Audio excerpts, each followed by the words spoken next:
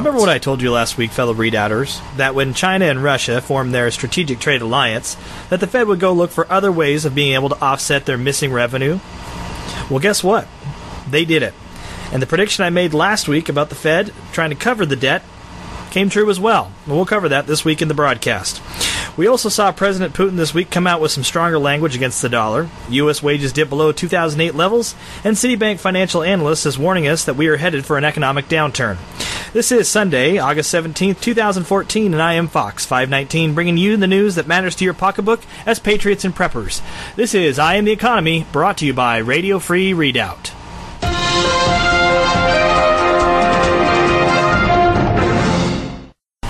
Welcome back.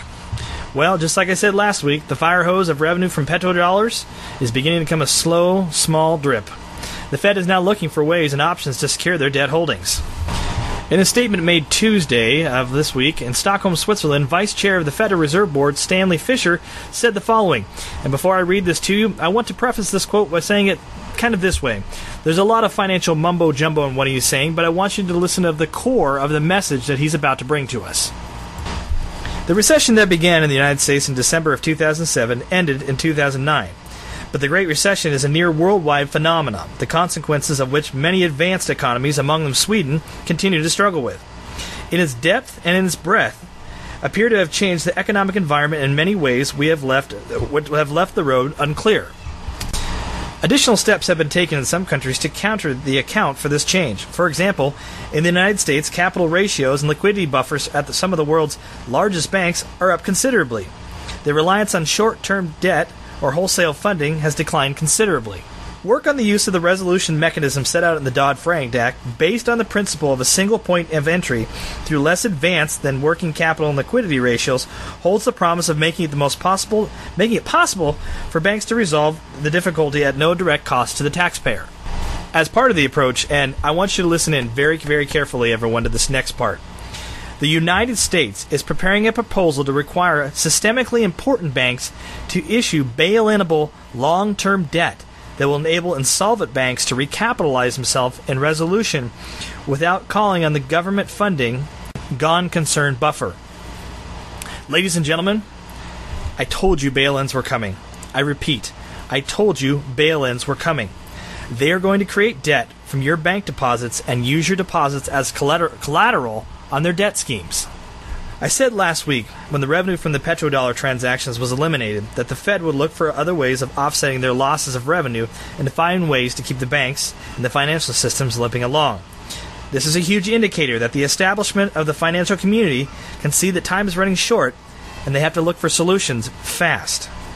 To support this, just look at what Reuters reported this week. Putin again came out during his weekly visit to the Crimean region and he stated that, quote, "We should act carefully. At the moment, we are trying to agree with some countries to trade in national currencies. I have told you before, you need to look for alternatives to your retirement. The dollar is in its death knell. Russia and China are working to kill it, and they're being very, very successful."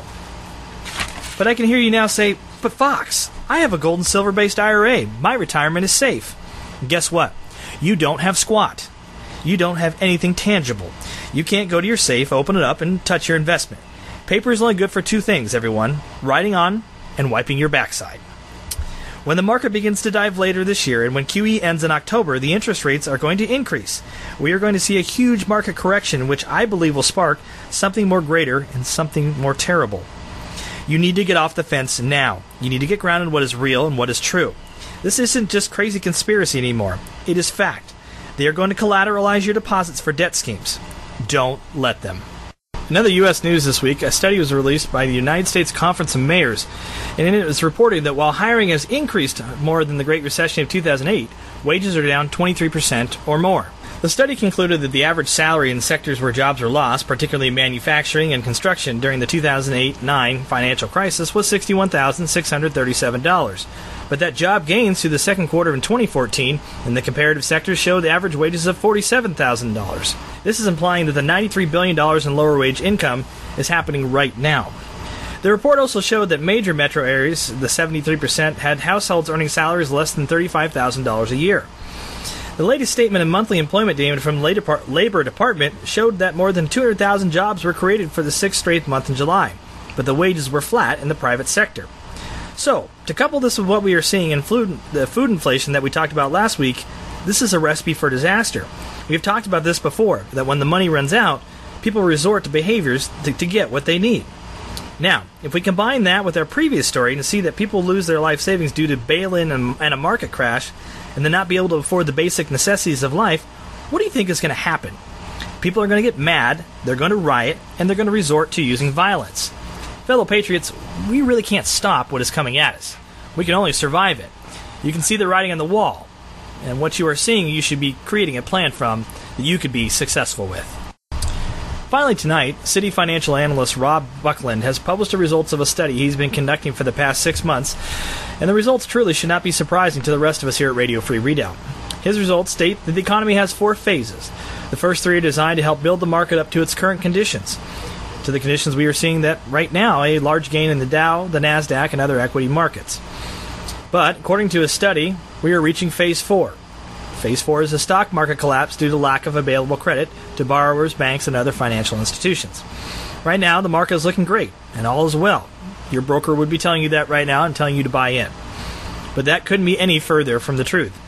Central banks from here in America to Europe are talking in interest rate hikes in October that will cause less and less people and investors to want to borrow. No one wants to pay higher rates. There are just too many economists and other alternative economists that are saying the time is close for a major economic event. I told you last week that you need to be talking with your friends and your family to get prepared. You cannot delay any longer. If you've been holding off having a tough conversation with someone, now is the time to do it. If they are prepared, then they are an asset to you. If not, then they are a liability. We all know that too many liabilities are what they can do to a balance sheet. It causes pain, the kind of pain that you nor I would like to deal with. For my advice tonight, I want to advise you this way. It's time to evaluate where your ammo stocks are at right now. The reason I tell you this is because earlier this week I was reading up on the situation in Ferguson, and then I was looking at the business owners who have to employ private security to protect their business, and I thought to myself, how would I deal with an unruly crowd? What do I have in my, quote, back stock of ammo? Am I up to date on my ammo count? Do I have my weapons properly oiled? I shoot often, but I don't shoot all my rifles all the time. It is always a good reminder to get them out, oil them up, and run some rounds through them to ensure they're working properly. I would encourage you to do the same this week. Know where you're at with your ammo stores. Hopefully, you'll never have to touch it, ever. But just in case, you want to be aware of how much you have and what you're going to need. Well, thanks again for listening to Eye on the Economy and Radio Free Redoubt. This is Fox 519, signing off. God bless.